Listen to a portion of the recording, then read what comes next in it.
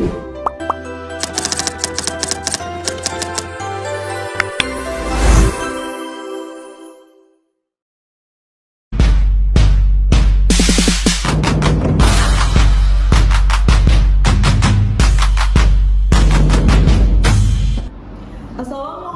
warahmatullahi wabarakatuh.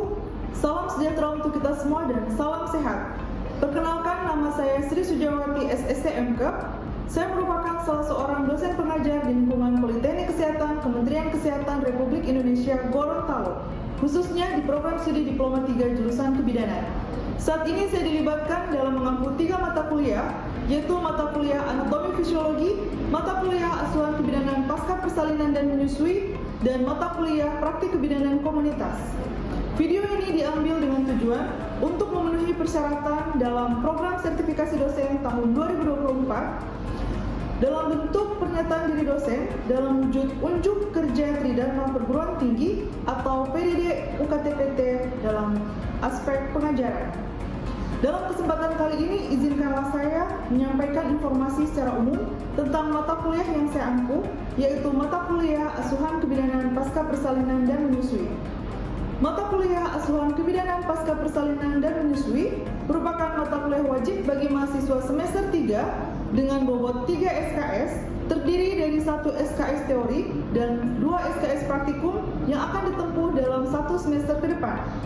Mata kuliah ini memberikan kemampuan kepada mahasiswa untuk menguasai pengetahuan, sikap, dan keterampilan dalam memberikan asuhan kebidanan pasca persalinan dan menyusui yang sesuai dengan capaian pembelajaran lulusan antara lain. Yang pertama, menghargai keanekaragaman budaya, pendapat, agama dan kepercayaan, serta pandangan maupun temuan orang lain. Adapun capaian pembelajaran pada mata kuliah, setelah mahasiswa mengikuti perkuliahan ini, diharapkan mahasiswa mampu yang pertama, menjelaskan faktor-faktor yang mempengaruhi pasca persalinan dan menyusui. Yang kedua, mahasiswa mampu memahami kebutuhan dasar ibu masa pasca persalinan dan menyusui. Yang ketiga, diharapkan mahasiswa mampu melakukan analisis evidence based dalam praktik asuhan kebidanan pasca persalinan dan menyusui. Yang keempat, diharapkan mahasiswa mampu mengenali tanda bahaya pada ibu masa pasca persalinan dan menyusui. Yang kelima, diharapkan mahasiswa mampu melakukan komunikasi, informasi, edukasi pada ibu masa pasca persalinan dan menyusui. Dan yang terakhir, mahasiswa diharapkan mampu melakukan asuhan kebidanan komprehensif pada ibu masa pasca persalinan dan menyusui. Mata kuliah ini memiliki ketentuan penilaian, yaitu 20% diambil dari penugasan, 10% dari ujian tengah semester, 35% dari praktikum, dan 35% dari ujian akhir semester. Metode yang digunakan dalam pembelajaran mata kuliah ini yaitu Student Centered Learning dengan pendekatan Problem Based Learning. Sumber pustaka yang digunakan dalam mata kuliah ini meliputi sumber pustaka utama yang terdiri dari buku teks maupun buku ajar. Adapun sumber pustaka penunjang terdiri dari hasil publikasi, penelitian, dan pengabdian masyarakat para dosen di jurusan kebidanan.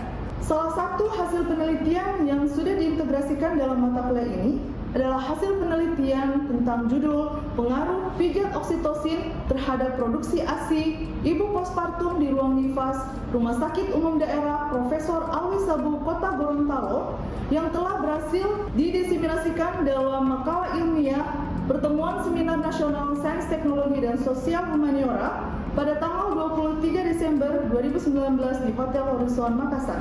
Hasil penelitian ini juga telah berhasil dipublikasikan di Jurnal Sinta 2, Jurnal Aisyah pada tanggal 20 Januari 2023 dengan judul Effect of Age and Oxytocin Message on Postpartum Mother's Milk Expenditure. Berikut ini perkenankanlah saya akan menampilkan cuplikan video pembelajaran tentang mata kuliah yang saya ampu. Terima kasih. Assalamualaikum warahmatullahi wabarakatuh. Waalaikumsalam warahmatullahi wabarakatuh. Untuk mengikuti kegiatan perkuliahan dari mata kuliah asuhan pasca persalinan dan menyusui. Baik, sebelum kita memulai perkuliahan, mungkin ada pertanyaan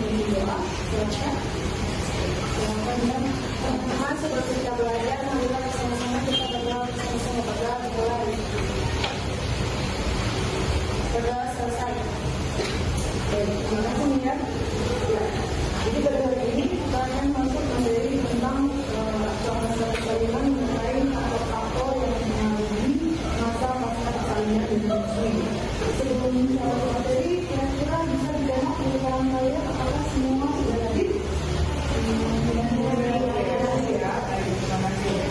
Jadi untuk faktor-faktor yang mengalami pada masa pasca persalinan ini, saya akan dulu tentang tujuan belajarnya. Jadi tujuan belajar kita pada hari ini diharapkan nanti setelah mengikuti hari ini kalian bisa menjelaskan faktor-faktor yang mengalami pasca persalinan dan menyusui. Dan tujuan kedua adalah kalian diharapkan bisa mengenali atau mengidentifikasi faktor-faktor yang bisa mengalami pasca persalinan dan menyusui. Selanjutnya di sini saya punya 6 faktor-faktor yang bisa mempengaruhi pasca persalinan dan menyusui, antara lain faktor fisik, psikologis, sosial, budaya, ekonomi, dan lingkungan. Untuk penjelasan masing-masing dari setiap faktor yang tadi saya sebutkan, kita awali dengan faktor fisik. Kita tahu bersama bahwa ini pasca bersalin itu sudah melewati tahapan persalinan yang cukup melelahkan ya. Ditambah lagi mereka harus adaptasi memulihkan dirinya, kemudian ada aktivitas mengasuh bayi, menyusui, menyumal, dan dipopok ya. Memandikan itu merupakan aktivitas yang sangat menguras tenaga si ibu. Oleh karena itu, ibu sangat bergantung dengan orang-orang yang di sekitar dia, yang terdekatnya, untuk memberikan dukungan agar ibu tidak merasa sangat kelelahan dalam pekerjaannya. Karena ini kondisi fisiknya baru mau pulih. Jadi kalian diharapkan ada proses introduksi yang tadinya mengandung 9 bulan itu akhirnya harus mengecil ketika ada fisiknya. Selain faktor fisik, ada juga jadi faktor psikologis.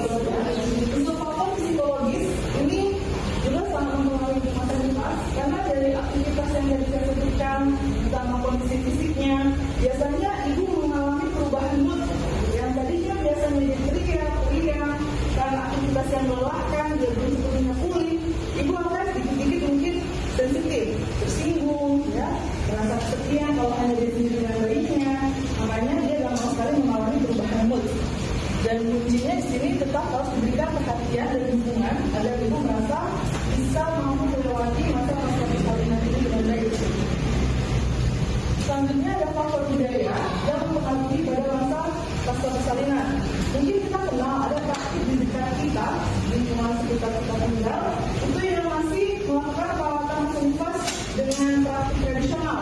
Misalnya ibu nifas diberikan uap panas, ya, dikurung, dan supaya keluar kayak sauna.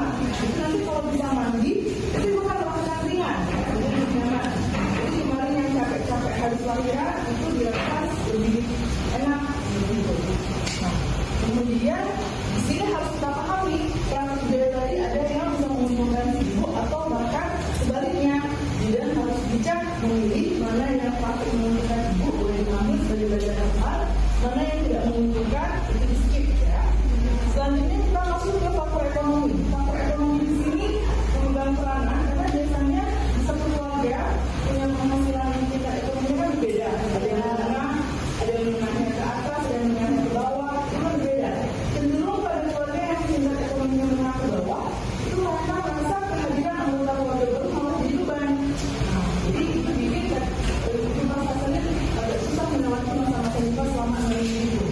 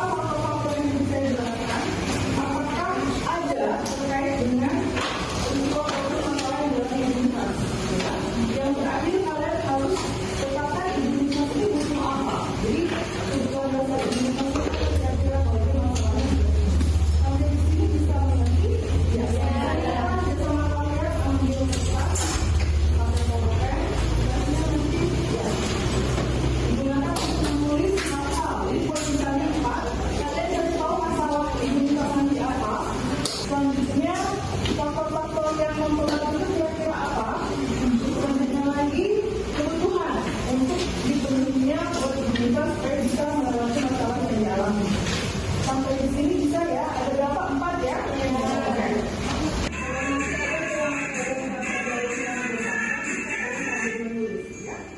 Pagi sayang, susu buat kamu. Makasih ya udah beli kamu susu. Ya, kalau itu aku berangkat kamu dulu ya. Ya, kalau ada apa-apa nanti panggil mama aja ya. Ya, assalamualaikum. Waalaikumsalam. Aduh, mas.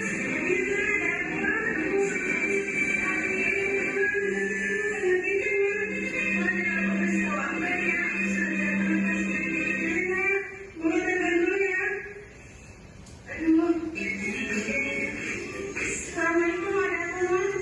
Waalaikumsalam, Mas Gan. Cepat dulu ya, istrimu melahirkan. Apa? Kalau ikan pernikahan ya? Ya, secepatnya nak. Yang bapak pada kapalnya akan dibawa ke rumah sakit. Iya. Permisi, kalau boleh tahu siapa anggota keluarga Jelaka yang akan menemani Jelaka dalam menjalani proses kesakitan? Tahu aja kan? Ini kamu aja nak. Saya suaminya. Dia bermanfaat harus ada kita kerja. Kalau sama dengan saya, dia belum ada sekali. Boleh silakan. Dia bagaimana seperti salingnya tadi? Memang begitu pastinya sekarang mudah-mudahan mengerti pertama kali. Ya, apa yang membuat saya sedih sebesar pekerjaan ini? Aku sedih Bu, tapi sama itu aku juga senang Bu. Apa yang membuat saya sedih? Kamu tidak bisa merawatnya dengan baik Bu. Kenapa bisa ditakutkan nak sama wanita mengandungnya? Tapi aku tetap takut Bu. Kenapa ada suami, ibu dan temanku yang akan menemani dan membantuku. Kenapa diri kamu ini dapat aku sudah takut duluan karena saya membantu. Terima kasih Bu, terima kasih kamu beri, tetapi masih ada yang menggali-gali hati. Kalau kita semakin diri seperti itu, nanti alhamdulillah kita bisa melewatinya. Bahkan kamu tahu sendiri kan sekarang kita sudah punya makanan. Ketika kamu berada di Amerika, kamu nggak bakal mengatakan kepada mereka bahwa kamu bisa membesarkan mereka dengan cinta dan kasih yang masih ini. Tapi selain itu, aku juga takut Bu seperti itu. Tidak bagus lagi aku bahkan sudah memulai lagi menyambut dengan anak. Mama yakin kamu dan akan bisa merawat anak ini sampai besar sebelum menurut saya bahwa itu laki-laki yang Indonesia. Ya, kamu juga pernah macam-macam ya dia. Kalau masalah dia sama saya banyak sama lagi saat aku menyerahkan anaknya. Terima kasih ya Kak. Aku benar, dia benar. Makasih yang saya. Maaf siapa ya? Saya ini mana sudah lupa. Oh iya, nanti kita belajar dulu. Iya Kak, bagaimana kalau kamu masuk sudah menikah? Alhamdulillah saya sudah menikah dan istri saya baru sudah melahirkan dan dia tanpa ada masalah. Terus dia selalu datang saya ini dan selalu menjadikan mungkin dia sudah mengalami yang konspirasi juga. Dia sudah dilihat itu saya. Mungkin ini terjadi selama 3 minggu atau sampai 2 minggu. Sebenarnya ditangani dengan cara perkawinan, pernikahan keluarga, dan dia akan melakukan perawatan tersebut atau terjadi trauma yang panjang. Alhamdulillah, benar saya kamu berada itu, saya mengumpulkan cerita tersebut. Kamu kan tahu tentang dari kejiwaan, maka yang saya itu dan menolak terima kasih ya. Saya mengalami ini dan Andin dengan semua keluarga. Maafkan saya dan Andin dengan pandangannya. Saya adalah saya istri dan keluarga. Semalam suami saya sudah menceritakan tentang anak saya. Oke, kalau itu saya tinggal dulu ya. Saya udah kesiangan. Ya, hati-hati apa yang buat baik sebenarnya nggak akan menjadi masalah. Begini Bu Bidan, saya setelah melahirkan rasanya hati ini tersalur-salur, saya jadi pemarah dan juga jadi sering ngantuk seperti layaknya anak kecil, padahal itu bukan sifat asli saya. Soalnya apa yang membuat itu sedih? Bagaimana ya Bu Bidan, saya menjadi pemarah dan juga pencemburu. Suami pulang sedikit saya jadi marah-marah.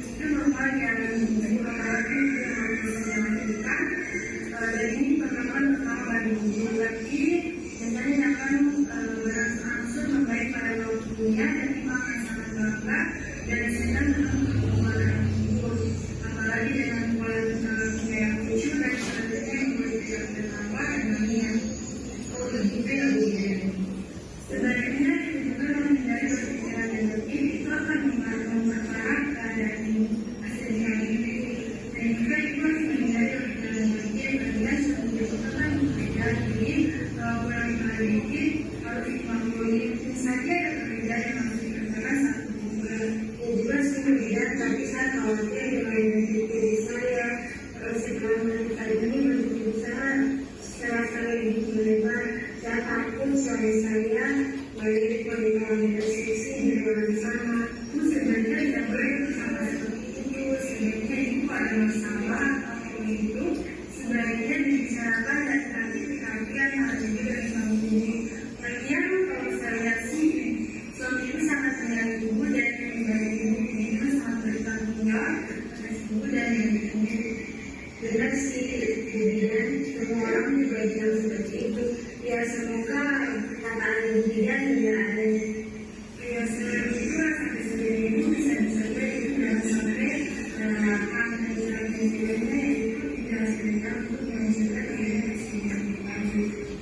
ya terima kasih juga atas saran dan nasihatnya. Perasaan saya sudah lebih baik. Ya justru menjadi tugas saya dapat bisa menjalannya ya. Ya terima kasih tidak. Tadi sudah kita sama-sama saksikan video mulai dari teman-teman kalian. Silakan Anda tuliskan 4 poin yang sudah saya minta, mulai dari identifikasi masalah apa yang dialami di rumah tadi, kemudian apa kira-kira penyebab yang bisa dialasan bahwa dia mengalami masalah itu, yang ketiga faktor apa yang mungkin melatar belakangi masalah yang dialami oleh rumah tadi, dan kira-kira kebutuhannya apa untuk bisa dipenuhi dari rumah tadi. Saya akan waktu 2 menit, silakan. Ada yang sudah selesai? Nia sudah selesai? Oh iya.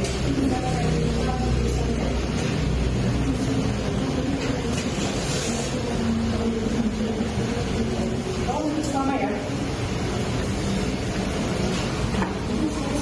Oke.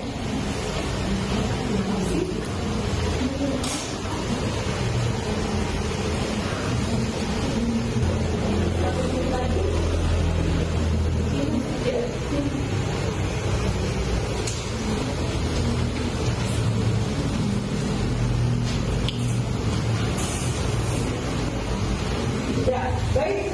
Kalian sudah menuliskan semua poin yang saya minta tadi, antara lain masalah, penyebab, faktor, dan juga kebutuhan. Ada yang bisa bantu saya? Kira-kira dari tayangan video tadi, masalah apa yang mungkin dialami sama ibu tadi? Silakan diminta. Iya, silakan masalah berdiri. Berarti itu masalah yang saya tangkap dari video tadi, yaitu ibu tapi tidak bisa merawat bayinya dengan baik dan ibu batuk karena tubuhnya yang berubah setelah selesai persalinan. Terima kasih. Ya. Semuanya setuju dengan apa yang disampaikan Salsa? Ya. Yang berawal dari dirinya di Mas tadi. Sekarang, kira-kira penyebabnya apa sampai di Mas tadi nggak takut? Ayo kita beri jawab. Saya Silakan ya. Jadi, penyebab atau alasan yang terjadi itu mungkin karena masih anak pertama atau bagaimana mengurus anak sebelumnya, makanya ketakutan atau kecemasan dalam mengurus anak kedepannya, mengalami kecemasan serta mendapati ketakutan suaminya akan berpaling karena perubahan bentuk badan ideal atau ibu tersebut insecure. terima kasih ya. Oke, kira-kira kamu sependapat dengan jawaban yang saya sampaikan? Ya. Sekali lagi, mulai dari si ibunya. Kalau tadi kata Salsa, ibunya kalau takut, ya. Kemudian kata dia, oh iya kalau ibunya sangat tidak percaya diri, pasti akan diambil sama perasaan tidak mampu, khawatir, takut dengan kemampuan merawat bayi, atau kehilangan suaminya akhirnya berpaling setelah perubahan atau penyakit hidupnya. Ya. Oke, kita lanjut. Faktor. Tadi ada berapa faktor saya sebutkan? 6. Fisik, psikologis, budaya, dan lingkungan. Dari 6 faktor ini, siapa bisa identifikasi dia? Silakan kita. Jadi faktor yang dialami Mbak Ibu menentukan tersebut yaitu faktor psikologis. Jadi psikologis ya. Baik. Kalian sepakat dengan Rika? Ya. Jadi lebih ke kondisi psikologis ibu. Ya, kira-kira kalau kondisi psikologis ibu sampai dia ketakutan, dia insecure, berarti kan ada yang salah dengan dirinya. Jadi dia seperti dalam video bahwa dia yang biasanya periang, tiba-tiba suka marah, tidak jelas ya. Nah, kira-kira ibu ini butuh apa? Ada yang bisa bantu?